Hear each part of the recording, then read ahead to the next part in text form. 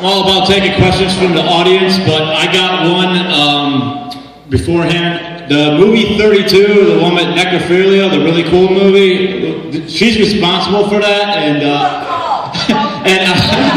she showed it to me at actually a script read, and I didn't actually find out how she even got linked to this person, and I want to find that out right now. Nightwalker Cinema is run by James Neef. They're out in California. Actually, we are the Twitter friends initially. We just kind of tweeted back and forth between horror, fan, film, things, whatever. We're both nerds, basically.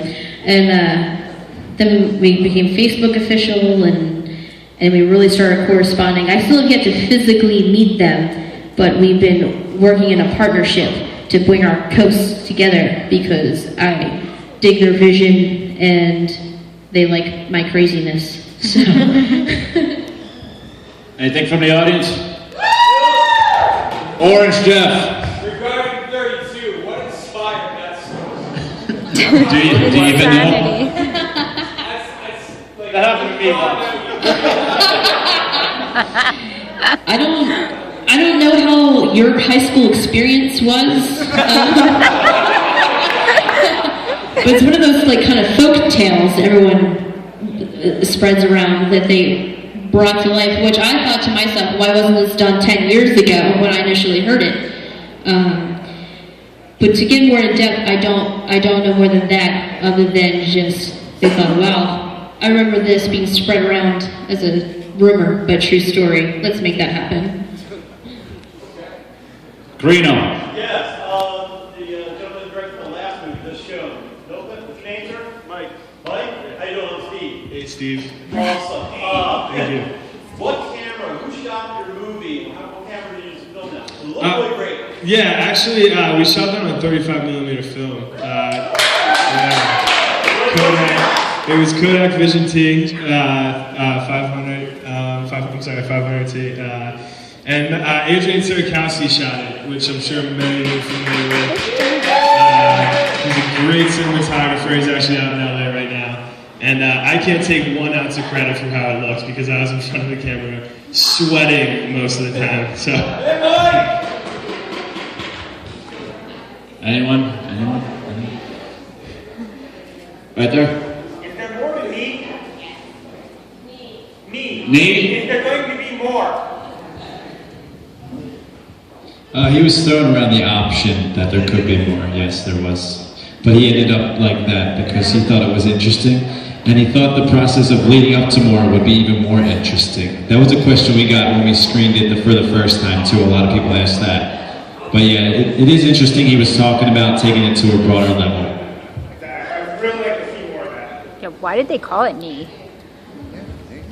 Tyler's the one that directed the quick 4-minute film about the three-way.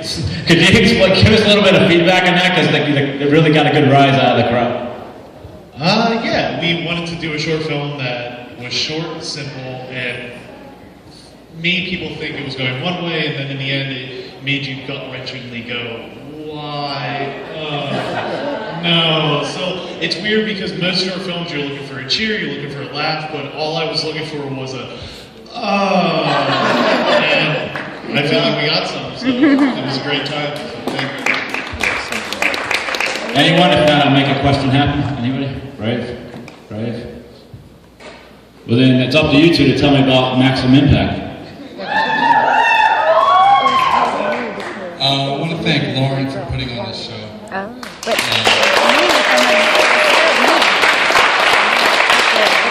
Thank you for showing the film, even though we've had our differences.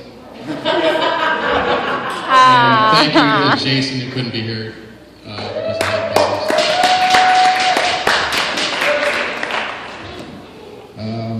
Let's see, I guess the biggest audience reaction was when I shot my son. Yeah, what the hell? So, he was not harmed in the filming of the movie. And when I read the script, I was like, wow, we're going to shoot a kid. This is either going to wind up really bad or it's going to get a really good laugh. So, every time that we've shown it, it gets a big laugh. And I was really happy with that. My son loved it. You know, sometimes I really like to shoot him. So, I mean, he got a kick out of it. You know, we had a great time filming it. Jason came to me and Dan and was like, I want to do something funny with a lot of action and stunts and fights and explosions and gunshots and just a good time. So, you know, it was a great experience. Again, sorry Jason couldn't be here, but you know, his goal was to win one of the audience awards at Project 21, which was kind of why the movie was a little rushed in the fight scenes and stuff. We had to make that 10-minute cutoff. And we did. We won the audience award and we won best visual effects for our time. So. Speaking of P21, we got the winners of Project 21, so why don't you tell us a little bit about the whole concept of that film? Well, I went to the launch event for Project 21 this year, sort of having no team, no idea what I was going to do. I did have a few key people behind me for various post-production things, so I was happy about that. And just by, you know, mingling and bullshitting with people, I ran into Kay and Mike O'Donnell and Jeff Lawrence, a few other people, and we started spitballing this concept of how could we make something about a cell, because that's the secret theme was cell for this year. And I originally eliminated what I considered to be the obvious thing. So I was like, I don't want to do anything about cells in the body, cell phones, jail cells. I was like, none of that. So how can we come up with an interesting cell? And I don't remember if it was me or I don't remember who came up with it, but somebody said celluloid. And I was like, oh, okay, so like film stock or like cartoons. Right, whoever. But Mike O'Donnell and Kay put this story together like, I don't know, in like an hour or something. And, you know, and that was it. We endeavored to shoot it, and it came out well. People seemed to really like it. Pretty happy about it.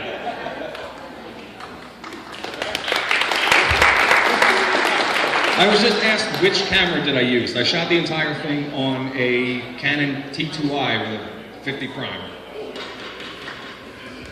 Since you two are getting talkative, why don't you tell us about your film? Talkative, is that a question? Couple of Success, basically, we had another production company from Virginia, Blue Ibis, took a look at things that we had done, and they asked us if we wanted to collaborate. We said, sure. So we each wrote our own parts, kind of came up with the concept together, and we went down, P-Rock went down to DC, we shot with them basically in one day, got everything out. It was a nice, smooth run, it was nice. That's basically what happened with that. It was true, it was our first collabo, so we're gonna do it again, And here we got the director of Nothing More right here. Tell us a little bit about that. I don't know if you remember it, but the sex scene in Rocky Ball Court. Yeah, it was my Temple senior project. Antonio was the sound guy. We called him Jim. I'm not good at talking. Should I say anything?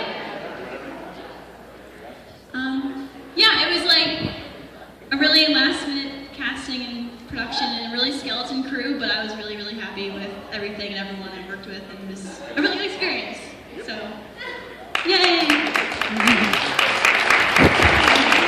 And Michael, they did a great job in their film. Tell us a little about that.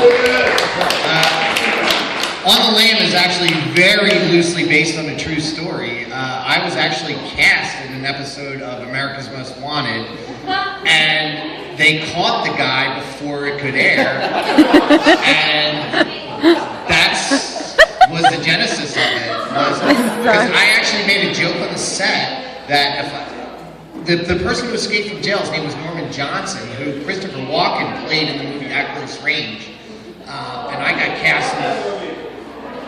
cast as Sean Penn's role, his son, in the reenactment. He got caught before it aired, and I made a joke on the set that if I saw him walking down the street, I would give him a ride. And next thing you know, On the Lamb was born. That's how I started.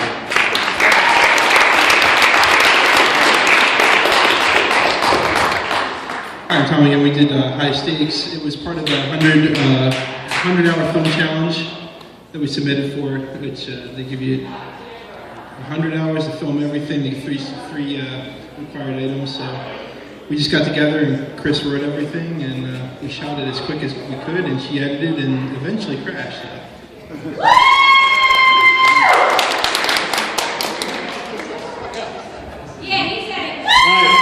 We're about to wrap this up. I'm going to see if I could get this one guy who never likes to talk ever, Antonio, to talk about his film. He's not really one that talks much, but...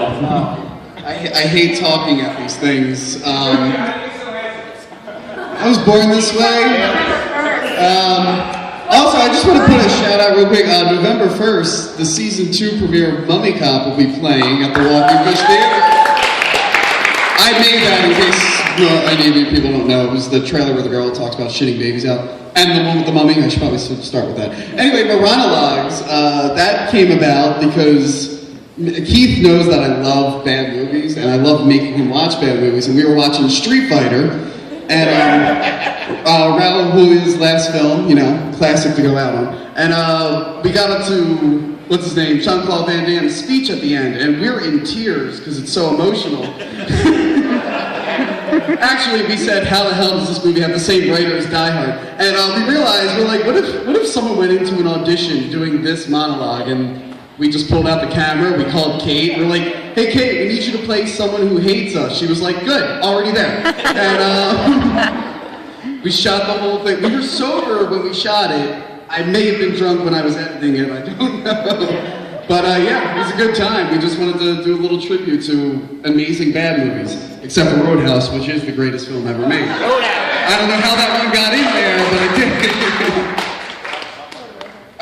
And me and Loren are, on another note, me and Loren are making a movie that is a tribute to Roadhouse because it just needs that much more attention. So hit us up about that if you want to be involved with that one. You guys are going to like it. And Mummy Cop Season 2, Halloween.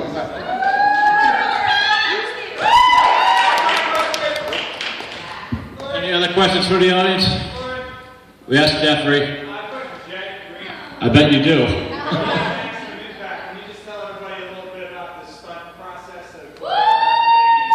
For the record, Jeff Orange is your biggest fan. He's just throwing posters all over. Everybody knows that!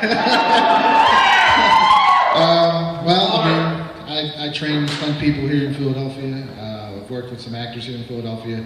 I brought out some of our team and Fearless Hyena Stunts. A couple of them in the back there, the lovely ladies who duked it out in one of the scenes.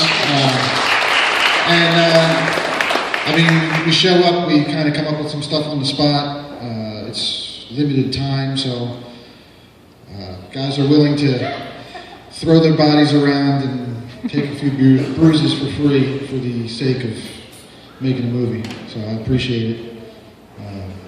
Yeah, Jeff worked with us on one. He was also in Knee, another one of my stunt guys. You know, with Bruce, we had a great fight in Knee as well. Not to jump into another movie, but we had two of them in here tonight that had a good couple fight scenes in it. So, you know, we do a little previs, we do a little rehearsal, and then roll. All right, folks, thank you very much for coming out. Give me those films, submit them for the January show. Give it up for Night of Short Film Class number 7. Have a good night, thank you.